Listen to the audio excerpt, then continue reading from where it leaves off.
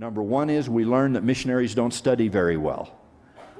Now, that doesn't mean that you don't read the pages. It doesn't mean that you're probably not pretty loyal. I hope you're loyal to mission rules and mission outlines and preach my gospel, that you're going to have a study period. You're going to have some private study and you're going to have some companionship study. But in this new era, elders and sisters, studying takes on a whole new meaning, certainly a larger meaning and impact and mission and message than when I was a missionary. You have to be an infinitely better missionary than I and my companions were. And that people in this church have been for decades. And that means study. Now that's why we want you to get up in the morning. I hate talking about obedience, but you probably, since obedience is the first law of everything, tell me how your obedience is and I'll tell you right now how your mission's going to be.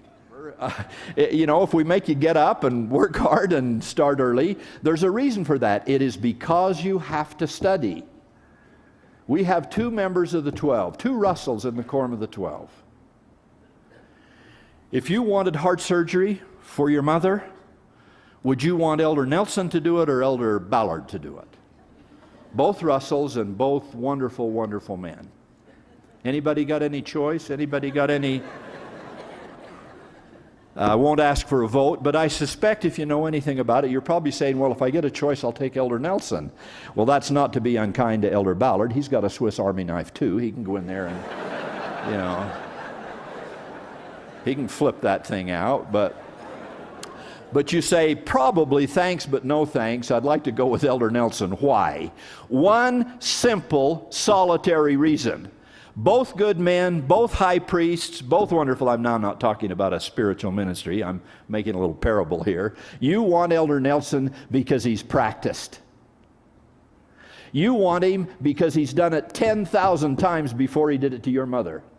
He knows what a good heart looks like and he knows what a bad heart looks like. He knows when an aorta is working and when it's not. He knows when a valve's functioning and when it's not. He knows when a heart's diseased and when it's not. He's seen it, he's studied it, he's lived with it. He's sat in a dormitory room somewhere with his feet in cold water so he could study those medical books when your mother was wheeled into the room. That's who your investigators deserve. We do not apologize for asking you to study.